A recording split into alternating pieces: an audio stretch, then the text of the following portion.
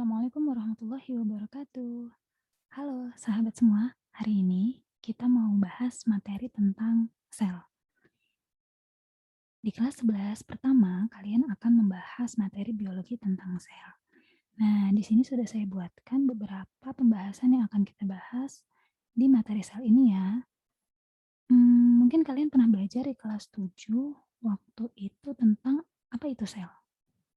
Jadi, sel merupakan satuan unit terkecil dari sebuah makhluk hidup. Nah, kalau misalnya diurutkan sistem organisasi pada kehidupan dalam organisme itu diawali dari atom molekul, kemudian akan membentuk sel, lalu dari kumpulan sel ini akan membentuk sebuah jaringan. Kemudian dari jaringan akan membentuk organ, sistem organ, dan organisme seperti manusia itu atau hewan lainnya. Nah, di pembahasan sel ini yang akan kita bahas adalah tentang tokohnya dulu nih. Jadi, ada tokoh-tokoh atau ilmuwan yang mempelajari tentang sel. Yang pertama adalah Robert Hooke melalui percobaannya dengan tanaman sel gabus yang diambil dari tanaman yang sudah mati. Ternyata si Robert Hooke ini menemukan kalau misalnya ada rongga kosong di dalam sel gabus ini. Nah, dia menyimpulkan kalau misalnya sel itu merupakan rongga kosong. Kemudian ada Schleiden dan Schwann. Schleiden dan Schwann itu berpendapat kalau sel itu bukan merupakan rongga kosong aja, tapi ada sitoplasma di dalamnya. Nah, sitoplasma ini sangat berfungsi pada aktivitasnya, sehingga pada teori Schleiden dan Schwann ini dikenal dengan sel itu merupakan struktural dari makhluk hidup. Kemudian ada Max Schulze yang menyatakan bahwa sel itu merupakan fungsional dari kehidupan. Karena di Max ini, dia menemukan adanya sitoplasma dan protoplasma. Kemudian ada Robert Brown yang menyatakan bahwa sel merupakan sebuah nukleus. Jadi di dalam sel itu ada nukleusnya atau inti selnya. Berlanjut teori dari Rudolf Virchow yang menyatakan kalau sel itu berasal dari sel. Ada bahasa Yunaninya ya. Kemudian ada Felix Dujardin yang menyatakan kalau sitoplasma merupakan bagian terpenting dari makhluk hidup. Kira-kira dari tokoh ini kalian bisa hafalkan ya keyword-keywordnya. Berikutnya kita akan mengenal tentang jenis daripada sel. Sel itu ada dua, ada prokariot dan eukariot. Kalau prokariot punya ciri-ciri yaitu tidak ada membran intinya. Jadi di dalam sel itu nggak ada membran intinya. Dia nggak punya membran atau DNA-nya terbuka. Jadi DNA-nya langsung ada di dalam sitoplasma. Kemudian selnya juga masih sederhana. Nah, contohnya ini dari kelasnya Monera atau bakteri. Selanjutnya ada jenis sel eukariotik. Kalau eukariotik itu ada membran intinya, artinya si nukleusnya itu dilindungi oleh membran ya. Kemudian strukturnya sudah lebih kompleks. Nah, ini terdapat pada hewan, tumbuhan, protista, ataupun jamur. Bisa diingat ya, kira-kira jenisnya ada prokariot dan eukariot. Prokariot itu tidak ada membran intinya, kalau eukariot itu ada membran intinya. Nah, kemudian kita akan pelajari sel yang ada di tumbuhan dan ada di hewan. Di tumbuhan dan di hewan ini tentunya punya beberapa sel yang berbeda. Di sini saya tuliskan beberapa sel yang tidak ada di hewan ataupun yang tidak ada di tumbuhan. Sel pada hewan itu ada lisosom, ada sentriol, dan vakuolanya kecil. Ini ciri khususnya ya. Kemudian kalau di tumbuhan, itu ada dinding sel, vakuolanya juga besar, dan juga terdapat plastida karena dia harus fotosintesis. Kira-kira bisa diingat ya, bedanya hewan dan tumbuhan. Berikutnya komponen dari sel apa aja sih? Jadi ternyata di dalam sel itu banyak zat-zat kimia yang terkandung seperti protein yang paling banyak, kemudian ada lemak, ada asam nukleat, dan karbohidrat yang sedikit. Protein terbagi menjadi dua nih, Ada yang bersifat struktural yang akan membentuk sebuah membran dan ada yang sifatnya fungsional yang akan membentuk enzim. Kemudian kalau jenis lemak yang terkandung di dalam sel itu adalah gliserol dan asam lemak. Berikutnya asam nukleat nih. Jadi bentuknya ada yang fosfat, gula pentosa, atau basa nitrogen yang terdiri dari DNA dan RNA. Ya semacam untuk membentuk kromosom lah ya. Berikutnya ada komponen terakhir yang jumlahnya sedikit yaitu karbohidrat. Nah, karbohidrat ini jenisnya ada 3 loh. Ada monosakarida, disakarida, dan polisakarida. Mono itu artinya satu. Nah, produk dari monosakarida ini adalah glukosa, fruktosa, dan galaktosa. Kalau disakarida itu ada sukrosa, laktosa, dan maltosa. Ini sifatnya manis ya. Kemudian ada polisakarida yang sifatnya banyak. Ini akan membentuk lignin, selulosa, heparin, dan kitin. Nah, perlu diketahui nih, lignin dan selulosa pada tumbuhan itu kalau kita bilang kayunya, gitu ya. Jadi ini yang akan membentuk lignin dan selulosa berasal dari polisakarida, yaitu karbohidrat. Kira-kira bisa dipahami ya untuk slide pertama ini. Berikutnya, saya akan menampilkan gambar daripada sel. Nah, kira-kira kalian ingat nggak ini sel apa? Ya, betul. Ini adalah sel tumbuhan. Apa sih yang membedakannya? Pertama, dari segi ini nih. Ini namanya dinding sel. Kemudian ciri kedua yang paling nampak itu adalah ini. Yang disebut sebagai vakuola. Nah, vakuolanya ini udah kelihatan besar ya. Berikutnya nih, ada yang seperti sosis ya. Atau tapak kaki. Ada lingkaran ini, ada lekukan-lekukan ya. Namanya mitokondria. Mitokondria. Nah, ini ada lekukan-lekukan yang namanya krista.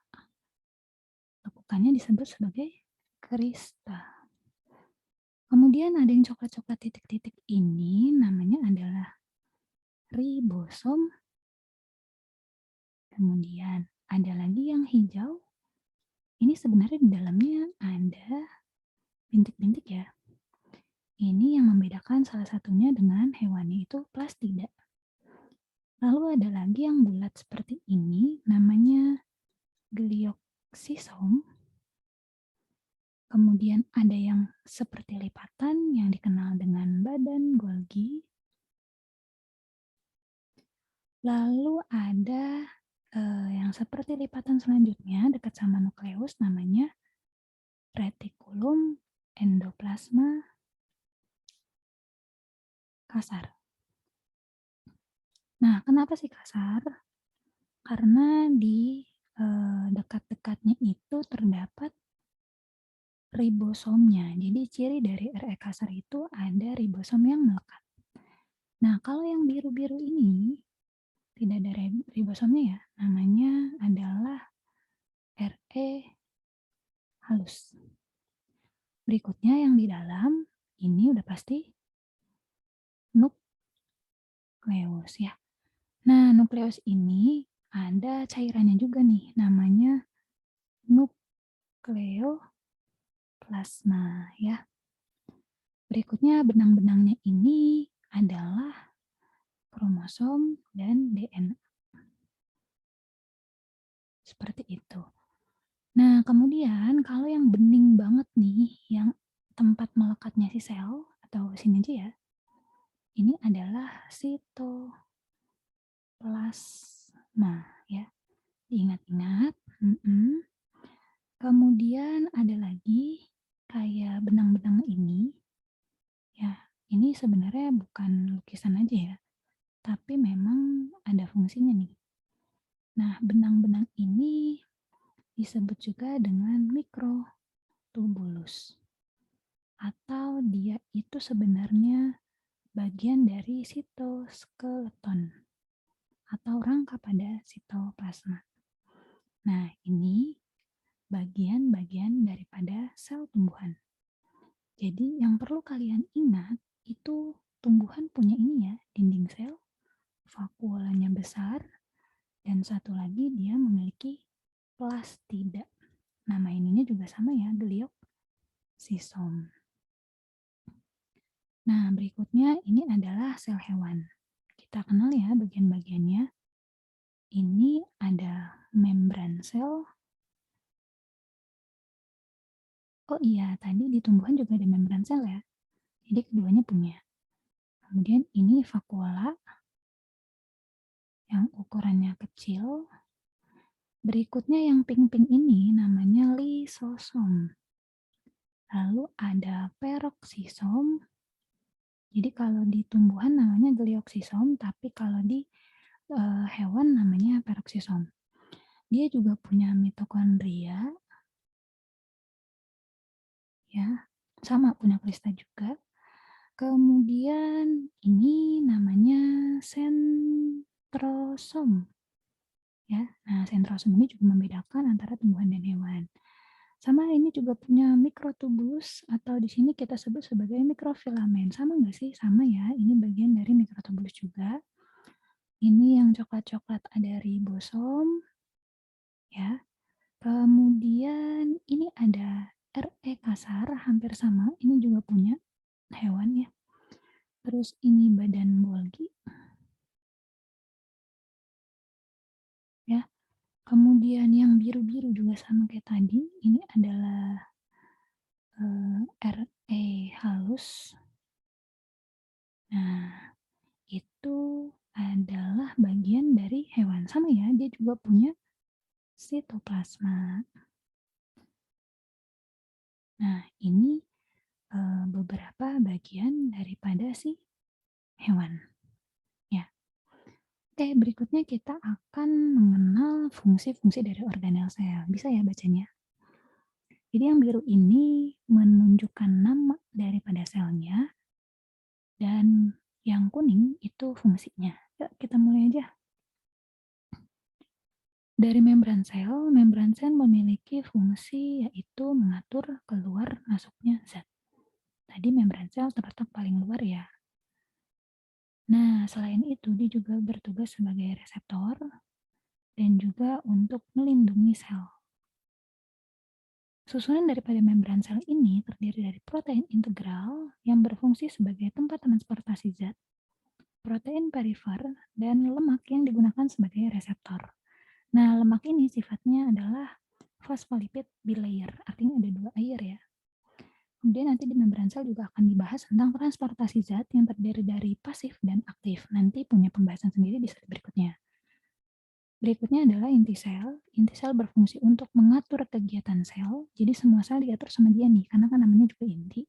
Kemudian menyimpan informasi DNA. Nah, tadi kan ada ya dari gambar kalau di dalam sel itu terdapat kromosom dan DNA. Nah, bagian daripada inti sel yaitu kromosom, nukleoplasma, dan seludang inti. Berikutnya adalah lisosom. Lisosom ini mengandung enzim hidrolitik ya, yang berfungsi juga kalau lisosom untuk mencerna makromolekul intraseluler yang ada pada hewan. Nah, makromolekul ini terdiri dari protein, lemak, dan teman-temannya. Kemudian ada badan Golgi. Badan Golgi berfungsi untuk sekresi enzim dan juga pembentukan lisosom. Nah, enzim yang bekerja itu namanya lisozim. Jadi, adanya lisosom ini juga karena adanya badan Golgi. Berikutnya ada retikulum endoplasma atau RE. RE ini ada yang kasar dan ada yang halus. Kalau yang kasar itu berfungsi untuk sintesa protein, dan kalau yang halus itu sintesis lemak atau sintesis lipid dan juga hormon. Kalau ribosom berfungsi untuk translasi kodon atau juga untuk yang paling penting adalah sintesa protein. Jadi ribosom ini juga bekerja sama dengan RE. Selanjutnya adalah mitokondria yang fungsi paling penting juga sih di dalam sel karena dia untuk penghasil energi, respirasi, dan juga menghasilkan ATP. Kalau sitoplasma yang cairan bening ini berfungsi untuk tempat reaksi kimia dan penyimpanan bahan kimia. Jadi sel-sel ini ngambil bahan kimia dari sitoplasma ya. Susunannya itu ada sitosol atau koloidnya yang bening tadi, kemudian ada organel sel dan juga sitoskeleton. Sitoskeleton ini kayak rangkanya gitu sih ya, fungsinya ya tadi aku bilang rangka sel, kemudian pengatur gerakan sel dan pengatur gerakan kromosom. Jadi diaturnya sama sitoskeleton.